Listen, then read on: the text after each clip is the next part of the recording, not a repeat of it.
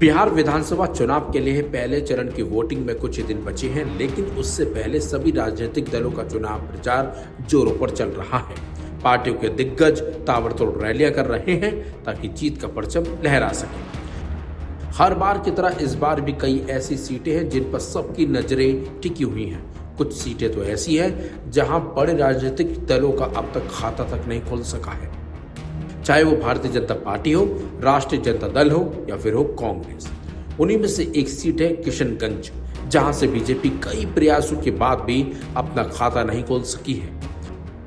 सीमांचल क्षेत्र में पड़ने वाले किशनगंज जिले में 4 विधानसभा सीटें आती हैं, जिसमें किशनगंज सीट भी शामिल है।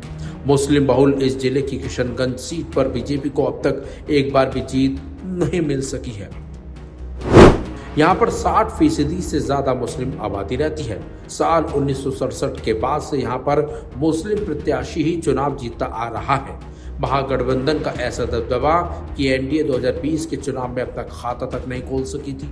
4 में से 3 सीटों पर राष्ट्रीय जनता दल को जीत मिली तो एक सीट पर कांग्रेस के खाते में ही गई थी। कांग्रेस ने तब कमारुल ओहदा के रूप में किशनगंज सीट से जीत हासिल की थी। हालांकि कमारुल कांग्रेस में आने से पहले कई अन्य दलों में भी रह चुके हैं। यहां पर 2019 के उपचुनाव में उन्होंने असदुद्दीन ओवैसी की AIMIM के टिकट पर जीत हासिल की थी, जबकि 2015 के चुनाव में उन्होंने राष्ट्रवादी कांग्रेस पार्टी के टिकट से हार भी ली थी। 2010 और 2015 में भी कांग्रेस के मोहम्मद जावेद को जीत मिली थी। किशनगंज सीट पर भले ही पिछले 4 चुनावों में कांग्रेस और AIMIM के अलग अलग प्रत्याशियों ने जीत हासिल की हो, लेकिन इस दौरान भारतीय जनता पार्टी ने सिर्फ एक ही प्रत्याशी पर भरोसा जताया है। बीजेपी ने पूर्व विधायक सिकंदर सिंह की पत्नी स्वीटी सिंह पर हर बार लगातार भरोसा जताया है। 2010 से लगातार 4 चुनाव में हार के बाद भी स्वीटी सिंह बीजेपी की 2025 के चुनाव में भी उम्मीदवार बनी है। हालांकि राजपूत बिरादरी से आने वाली स्वीटी सिंह की किस्मत ने साथ भी नहीं दिया और वह एक बार फिर बेहद करीबी मुकाबले में हार गई थी। 2010 के चुनाव में स्वीटी सिंह जीत के बेहद करीब पहुंच गई थी। कांग्रेस के डॉक्टर मोहम्मद जावेद को कड़ी टक्कर दी थी। अंत तक चले मुकाबले में स्वीटी को महज 264 वोटों के अंतर से हार का सामना करना पड़ा था। 2015 के चुनाव में बीजेपी ने स्वीटी के प्रदर्शन को देखते हुए फिर से भरोसा जताया।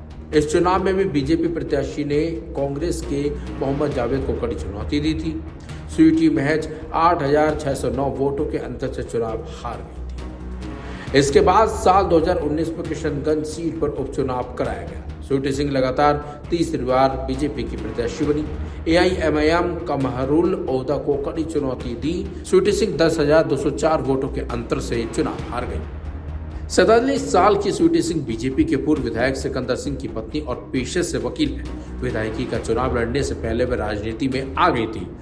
साल 2006 में स्वीटी जिला परिषद सदस्य के रूप में चुनी गई, फिर जिला परिषद अध्यक्ष भी बनी।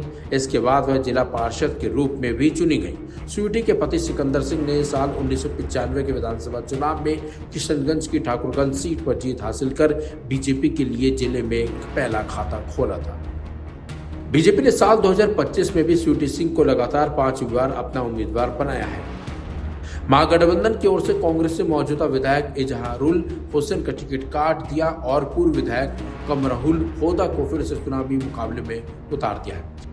खास बात तो यह कि इस बार चुनाव में 10 प्रत्याशी मैदान में हैं और इस सीट पर अकेली महिला प्रत्याशी बीजेपी की ओर से स्वीटी सिंह मैदान में उतरी है। अब देखना होगा कि पिछले 4 मुकाबलों में अलग अलग प्रत्याशियों को कड़ी टक्कर देने के बाद स्वीटी सिंह 2025 के चुनाव में जीत का स्वाद चख पाती हैं या फिर नहीं। उनके पति जिले की ठाकुरगंज सीट जीतकर पहले ही इतिहास रच चुके हैं। अब अगर स्वीटी किशनगंज से जीत हासिल करने में कामयाब होती हैं तो यह जीत न सिर्फ उनके लिए बल्कि पार्टी के लिए भी बहुत ही अहम जीत साबित हो सकती है।